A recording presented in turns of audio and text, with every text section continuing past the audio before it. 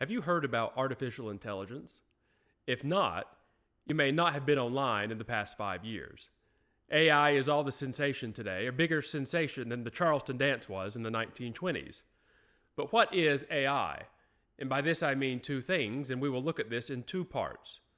The first part will examine what do the words artificial and intelligence actually mean, and the second part will examine how are the words artificial intelligence being used today.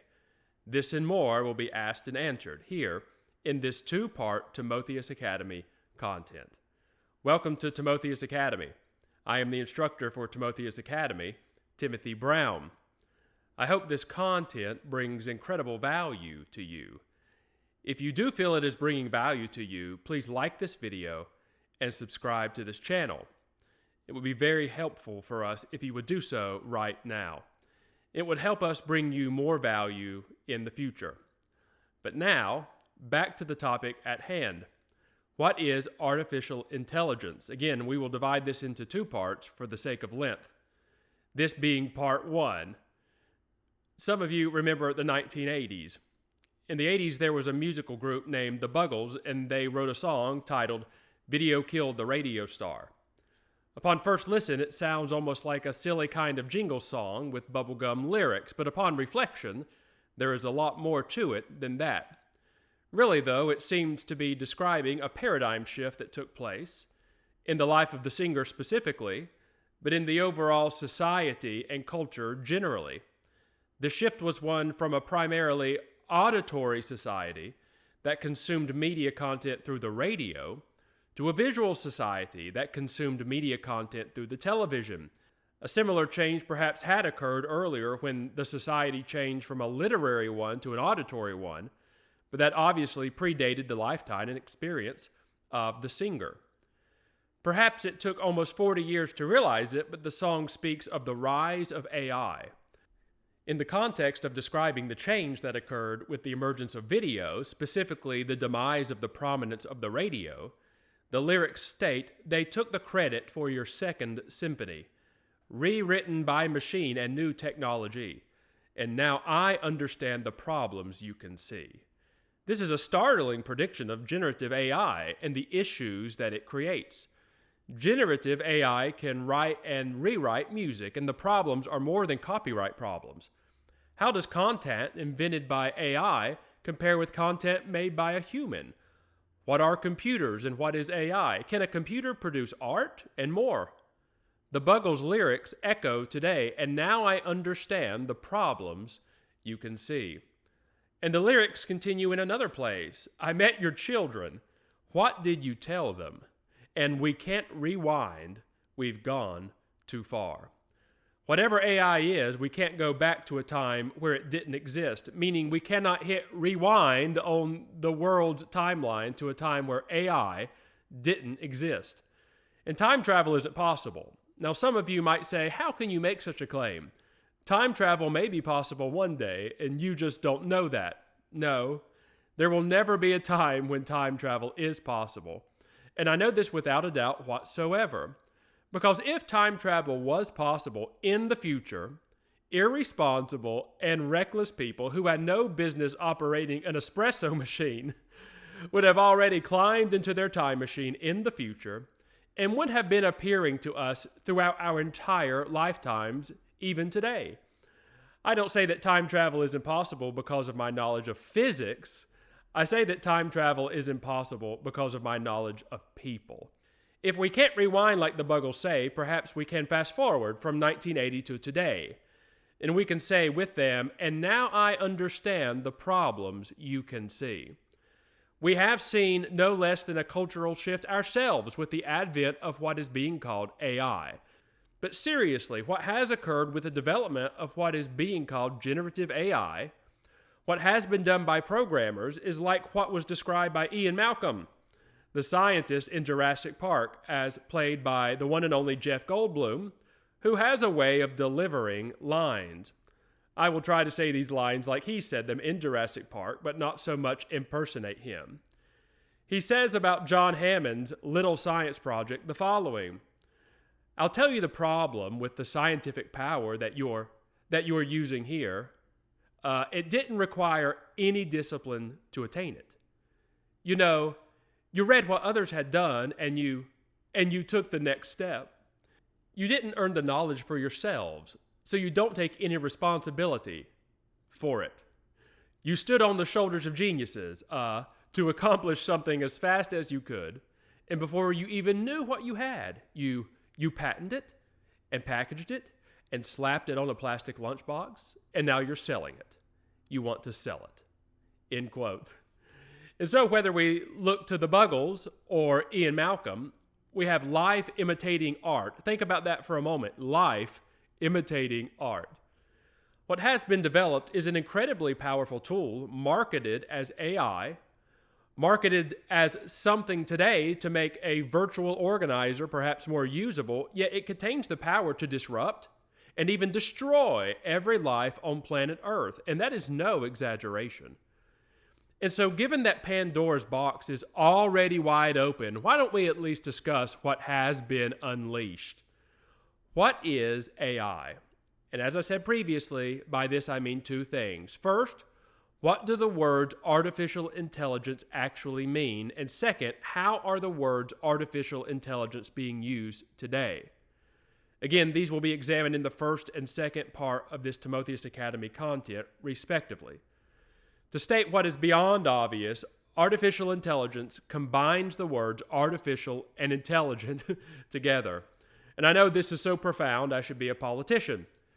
But seriously, our society today goes around using words that they do not know the meaning of, or rather words the meaning of which they know not, for the grammar professionals out there. Words are often hard to define. Many of Plato's dialogues feature Socrates trying to discover the true meaning of words, like courage, or knowledge, or justice. Words like justice are hard to define, and sometimes they are used without their having been defined previously, while at other times they are used with a definition completely foreign to them. Book 1 of Plato's Republic contains Socrates discussing the meaning of justice, and at location 341a, he receives the meaning according to Thrasymachus. I quote, "I say the just is to do what is for the advantage of the stronger." This comes from the Perseus Digital Library. Is this justice? Of course not. But what Thrasymachus argues is that this is exactly what justice is. This reminds me of the film based on the book by Morgenstern. Of course, I am referring to The Princess Bride, which features a character, Vizzini, who repeatedly shouts inconceivable, but uses the word in ways that clearly are outside the correct meaning of the word. Today, there are many people who go around using words in ways that make little sense. They claim that that which is just in reality is unjust in their understanding, and what is unjust in reality is just in their understanding. So then it becomes necessary to actually define the words we use, which is a shocking idea, I know. It is hard to do so, and people don't want to do hard things, and so they assume that words mean something, and then go around using them, oftentimes incorrectly. The primary words we need to define are the words artificial and intelligence. What do these words mean, and how do they modify one another when they are put together? I will give fairly technical definitions here, and let's begin with the word artificial. My position on this matter comes from Aristotle, or rather Edward Feser's description of Aristotle in Feser's work Scholastic Metaphysics, a Contemporary Introduction. 2, for a very general treatment of this very question, you can see my chapter in the book Disney and Philosophy, Truth, Trust, and a Little Bit of Pixie Dust, published by Wiley Blackwell, in which I examine Wall-E and Eve as they are presented as being intelligent machines in the film Wall-E. Without going into a great amount of detail, though, we can say that the word artificial carries the meaning that what a thing is determined by something outside of that very thing. Perhaps this is made clearer by simultaneously defining the word natural, as we can say that the word natural carries the meaning that what a thing is determined by something within that very thing. But it is best explained perhaps by an example, one easy to understand, one concerning a pink flamingo. First, consider an artificial plastic pink flamingo. First, take an artificial plastic pink flamingo. What an artificial plastic pink flamingo is determined by something outside that flamingo. There is nothing within an artificial plastic pink flamingo making it be what it is. There is no part of an artificial plastic pink flamingo making it be what it is. No component of an artificial plastic pink flamingo making it be what it is. What an artificial plastic pink flamingo is imposed on it from outside of it. This is not the case with a natural pink flamingo, which is a rather awkward way of describing a real animal we call a flamingo that happens to be pink. What the natural pink flamingo does come from within. What the natural pink flamingo is determined by something within that flamingo. There is something within a natural pink flamingo making it be what it is. There is part of a natural pink flamingo that makes it be what it is. A component of a natural pink flamingo making it be what it is. Okay, so again, what a natural pink flamingo is not imposed on it from outside, but it is part of that flamingo itself. This is most certainly not the case with an artificial flamingo. What that part of a natural flamingo is that makes it be what it is a deeper discussion, and not really something we want to spend a lot of time on, but Aristotle and Aquinas would call it the substantial form of a thing, as they would hold that all naturally occurring things are composed of matter and form, while artificial things lack a substantial form to speak of. So if metaphysicians were talking, they could simply say that a natural thing has a substantial form and an artificial thing lacks a substantial form. But again, that is a far deeper discussion, but one integral to actually account for reality. I don't want to spend more time on this now, but I did want to mention it. But to bottom line the matter we are trying to discuss, artificial describes a thing lacking any sort of intrinsic principle, making it what it is. We see artificial Christmas trees and natural Christmas trees. Artificial trees lack any sort of intrinsic principle, making it be what it is, but natural trees have an intrinsic principle, making them be what they are. We see artificial turf and natural grass. Artificial turf lacks any sort of intrinsic principle, making it be what it is, while natural grass has an intrinsic principle, making it be what it is. And of course, we see artificial pink flamingos and natural pink flamingos. Artificial pink flamingos lack any sort of intrinsic principle, making them be what they are, but natural pink flamingos have an intrinsic principle, making them be what they are. And having now then defined the meaning of artificial, we leave it for the moment, and we turn to now define intelligence. What is intelligence? Thomas Aquinas in his Summa Theologia describes it not as a thing at all, but as an act. He states, this word intelligence properly signifies the intellect's very act, which is to understand. That's at location Book 1, question 79, Article 10. You can find that document, the Summa Theologia, at newadvent.org. You can search for it online, and that is the location where I obtained that quote. But returning to our question, man has a soul. Man is not his soul. He is the combination of a soul and his body.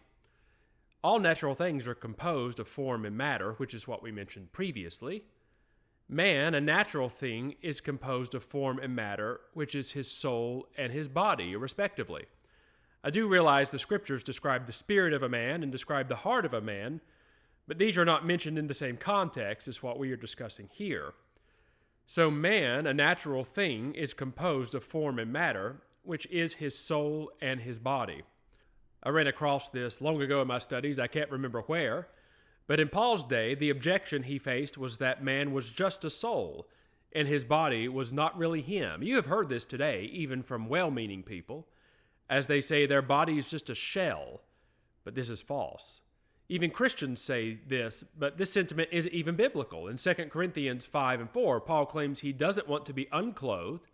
He doesn't want to be left without a body. He wants to be further clothed, being given his glorified body, As in the resurrected state, the believer will have a glorified body likened unto the body of our Lord Jesus Christ, which Paul discusses in 1 Corinthians 15. Today, though, the objection is the opposite, as people say that man is just a body with no soul. He is merely a body, and the chemicals in his brain form the illusion or delusion of consciousness. But this also is false. Again, I encountered that long ago in my studies, but of course, like many things, I can't remember where. But regardless, man, a natural thing, is composed of form and matter, which we call soul and body. And we cannot dispense with either the soul or the body when understanding what a man is. A human soul, according to Aquinas, has powers: intellectual powers, sensitive powers, and nutritive powers. The highest power of the soul is intellectual, and thus the soul of man is called an intellectual soul from the intellectual power, as Aquinas describes. Man has an intellectual power. The intellect is that by which man understands, and intelligence is the very act of the intellect to understand. Let me say that again. Man has an intellectual power. The intellect is that by which man understands, and intelligence is the very act of the intellect to understand. If at any point you did not understand what was just said, just go back to the point in the video when you did understand and rewatch it. That's an easy thing to do. So again, what is intelligence? As Thomas Aquinas has described, and as I have alluded to, intelligence is not a thing at all, but is an act of the intellect to understand. So now we have defined the words we are using. And I mean, we have correctly defined the words we are using, and we've been rather specific. Undoubtedly, there are many who would disagree with our definitions, but it is then incumbent for them to point out the error we have made in our definitions. Our definitions need to be grounded in something, and not merely just come from our experience or be made up. The definitions I have offered here are grounded in Aristotelian Thomistic thinking. We can say that the word artificial carries the meaning that what a thing is determined by something outside that thing. And again, as Aquinas has described, intelligence is the act of the intellect to understand. It is not a thing at all, but it is an act, the act of the intellect to understand. And so now we have come to the end of the first part of this Timotheus Academy content. In the second part, though, we will examine how the words artificial intelligence are being used today. I hope this content has been very helpful to you. Please be sure to check out the second part of this content now or later. And please be sure to visit TimotheusAcademy.com for links to more content. There is a place on the website that you can sign up for the Timotheus Academy email circle. And please consider sharing this content widely in your own personal network. And as always, I hope to see you again soon at Timotheus Academy.